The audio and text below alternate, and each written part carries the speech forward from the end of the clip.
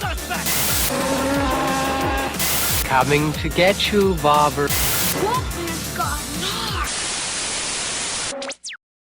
Hi guys, my name's Barry and welcome back to the channel. Today I'm finally going to be doing my updated Texas Chainsaw Massacre ranking. Now there will be some spoilers in this ranking throughout all of the movies, so if you haven't seen any of the movies, or for some movies you haven't seen but you don't want spoilers, then maybe don't watch this ranking. But if you don't mind, or if you've seen them all, then continue watching. Coming in at number 9 and in last place is Texas Chainsaw 3D. Now for the most part this movie looked okay and the acting was actually okay as well. I think what made this movie come last is the sheer fact that they completely ignored the timeline of the original Texas Chainsaw Massacre. You have to remember this was supposed to be the definitive sequel to the original 1974 movie that was set in 1973, but they completely changed that. I don't know why, but when you see the movie they cover up all the years. They don't cover up the month and the day, they cover up the year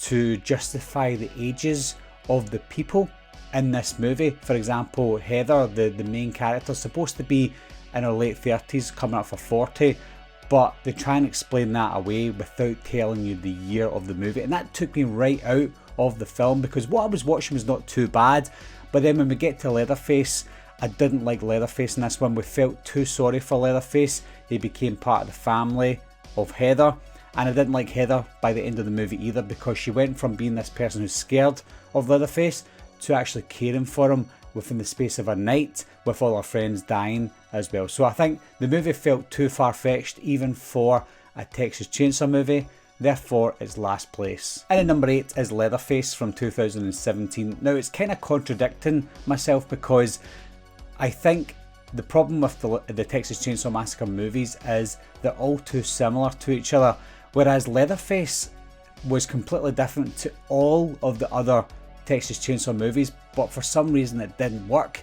It felt like a gritty road movie, which is not too bad for a movie that's not titled The Texas Chainsaw Massacre or Leatherface, but because it is a Leatherface movie, they made it too obvious as well that the skinny boy was going to be Leatherface. You know, they had this bigger boy who looked like it could be Leatherface, and the twist was he wasn't Leatherface. It was the young good looking skinny boy that becomes Leatherface.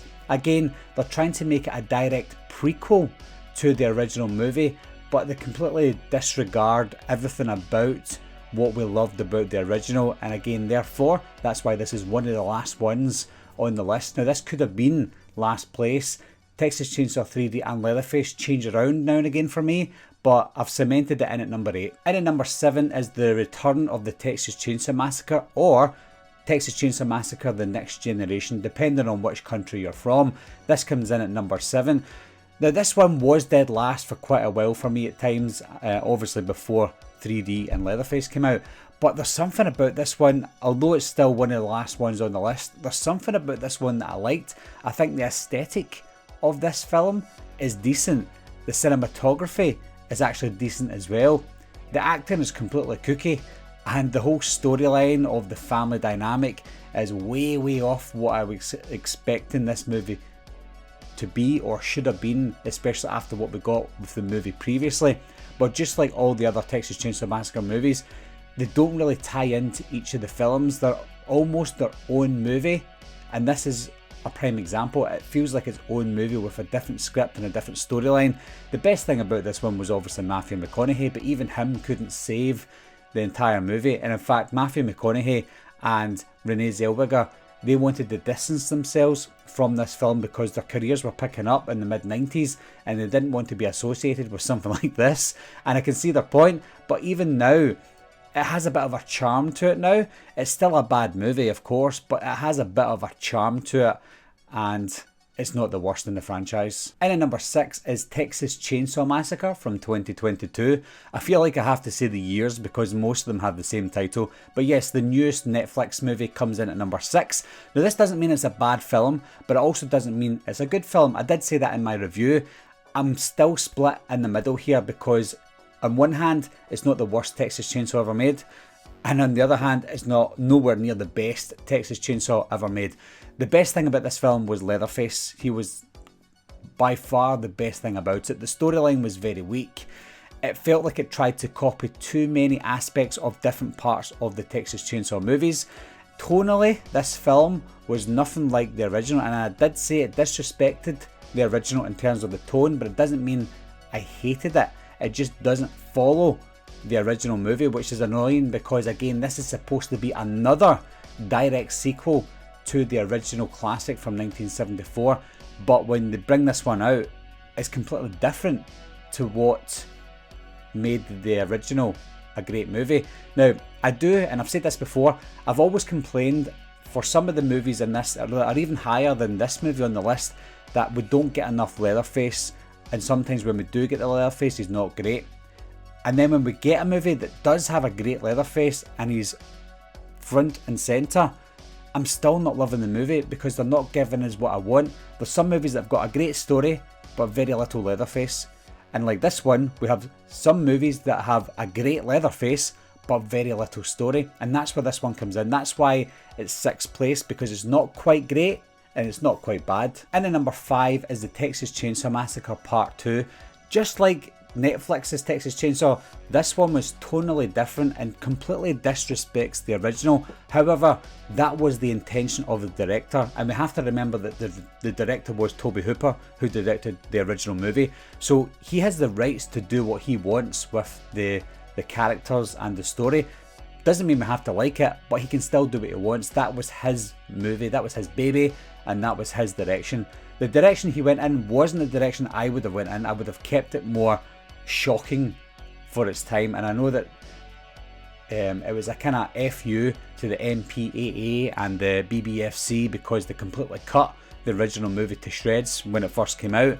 So he thought, let's just make a comedy, and this is what we got. Now, it is again a kooky Texas Chainsaw Massacre movie, and a lot of them are, but this went a little bit too far. And you're probably thinking, well, why is it 5th place if you've got too many negatives? Well, it's got that nostalgic charm to it. It's got the original director, it's got some of the original cast members, it's even got the introduction to some new cast members like Bill Moseley, who plays Chop Top. The introduction to those characters were great.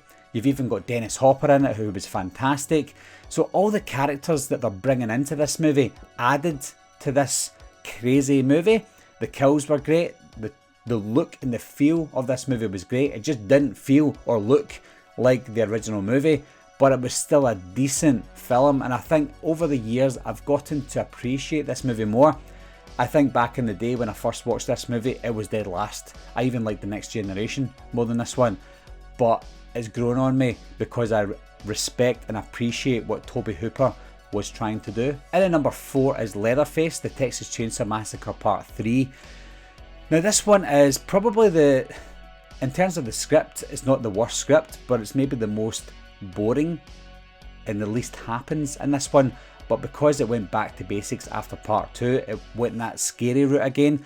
I think when you look at all the Leatherface characters, this is one of the scariest Leatherfaces that we got, and it might be because it came on the back of the comedy Part 2 Leatherface.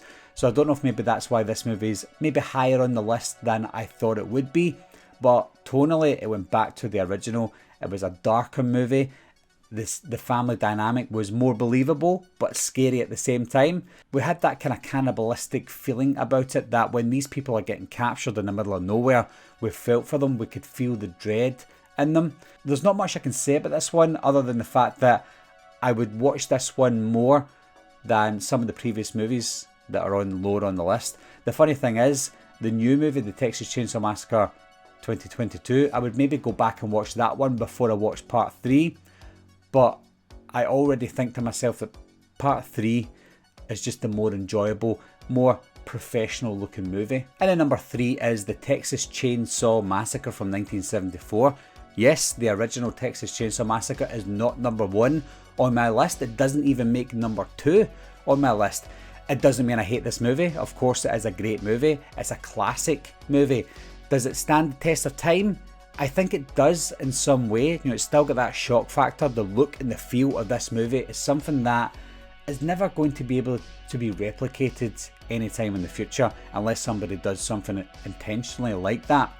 But it was a kind of guerrilla style grisly movie that it just can't be replicated. This movie haunted me when I first watched the movie. I was only like 10 or 11, maybe 12 when I first watched this movie. And I loved it at the time, and it was quite rare for me to love an older movie at the time, but I did.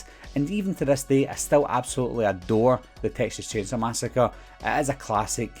It is borderline masterpiece, but at the same time it has a lot of flaws. For example, the acting was almost dreadful in this film. And I think that's maybe why it's not the best on my list. It's maybe due to the acting in this film. Yes, the storyline is quite good, but it's got a little... it's got a lot of plot holes, of course, but there's something about it that the script just felt loose. It felt like when they were filming, they were maybe adding to the script as they went along, and you can tell. Back in the day, you maybe couldn't tell, but watching this movie compared to other films, especially in the franchise, you can tell that it's a very amateur movie. And for its time, it was great, but when you watch it today, it's not as great as it used to be. But it still stands the test of time. There are movies that have came and went after the Texas Chainsaw Massacre, and they've disappeared into oblivion. This movie will never disappear. It is a masterpiece in its own right, but for me, it's not the best in the franchise. And at number 2 is the Texas Chainsaw Massacre: The Beginning. So this is the prequel to the remake that came out in 2003. And I did mention that this movie has got the lowest score on Rotten Tomatoes by critics. And I've still no idea why. I'm gobsmacked as to why this is considered the worst Texas Chainsaw Massacre movie. For me, Leatherface in this movie is the scariest he's ever been. I think this is the scariest and best Leatherface in The Beginning. The characters and the family dynamic of this movie is great. And I don't know if it's because it helped that I saw the remake before the prequel, The Beginning, because we got that build up of the family, and then when we see them in a setting that was set before the remake, you kind of know the family already, and you're looking forward to seeing what happens to them, how the sheriff lost his teeth, which is a small thing, but it's enjoyable to watch, how Monty loses his legs. Again, it's a very small thing, but watching him walking throughout the film, you're like, he's going to lose his legs at some point, and how does that happen? And then when you see it, it's got a kind of satisfying payoff to it. Nothing to do with the overall story of the movie, but it's still satisfying to watch. This movie also gave us the opportunity to add in things that they missed in the remake, which was great, because when we watched the remake, we're like, great movie, but this was missing, that was missing from what we got in the original. And then they probably looked at that and go, do you know what, you're right, let's add it into the prequel. And that's what they've done. For example, the dinner scene, we didn't get a dinner scene in the remake, so they thought, let's add it in to The Beginning. So you still get that kind of nostalgic rush when you're watching this, and it also still felt like a remake to the original. I think the remake and the prequel served as almost one movie and a remake to the original movie, and it was very well done. And The Beginning was probably the first movie that came out after its predecessor that felt like a fine flowing Texas Chainsaw Massacre movie. We didn't get that before, because every other movie before these movies, before the remake and the prequel, felt like their own movie, whereas this felt like a duo. And at number 1 is of course the remake from 2003, the Texas Chainsaw Massacre. And just like The Beginning, all the positives that I had for The Beginning are here as well, but only better. The characters are fantastic, the storyline felt like a really tight-knit story for a movie that didn't really have a proper storyline in the 1974 original. I think what Marcus Nispel done was take that script, tighten it up, take those characters, give them a more three-dimensional look to them so you can feel for the characters, as well as watching really good actors acting the scenes out. And you've obviously got R. Lee Ermey, who was scarier than Leatherface. That's not a negative. I know that Leatherface is supposed to be front and centre, but if you've got more than one character that you're afraid of, that makes the movie that more terrifying. There was no comedy aspects whatsoever. Yes, the sheriff was kind of funny at times, but in a scary way. The kills were amazing. I just think the whole look and feel of the movie was tonally different, and that sounds, again, like I'm contradicting myself, because some of the negatives that I had for the Netflix movie from this year was it was tonally different, but it was tonally disrespectful. Whereas this one was tonally different in a respectful manner.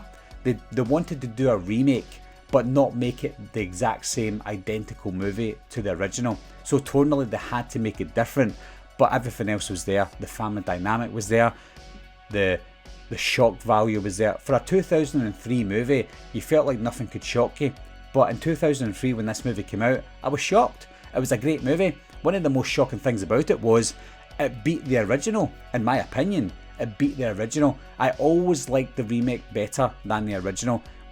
I watched this movie when I was 19, so I thought I would give it time, because when you're 19 years old, you love everything. So I thought over time, maybe the original would overtake it again, but almost 20 years later, the original still hasn't overtaken the remake, and the remake beats the original by some distance. So that is my ranking for the Texas Chainsaw Massacre movies. There is maybe some slight changes to the last time that I done this ranking. I can't really remember what my ranking was the last time. Obviously we've got the introduction to the new Netflix movie as well. So my question to you guys is, what is your ranking for the Texas Chainsaw Massacre movies? Or where would you even put the new one on your list? And what are your opinions on my list? I know that my list is probably going to be a rare one. It's not one that I'm trying to be controversial with. I'm just giving you my honest opinion. This is my honest ranking of the Texas Chainsaw Massacre movies. Excuse me, you mind getting the fuck out of my way, son? Anyway guys, thanks a lot for watching again. Thanks for subscribing, and I'll see you soon. Bye bye.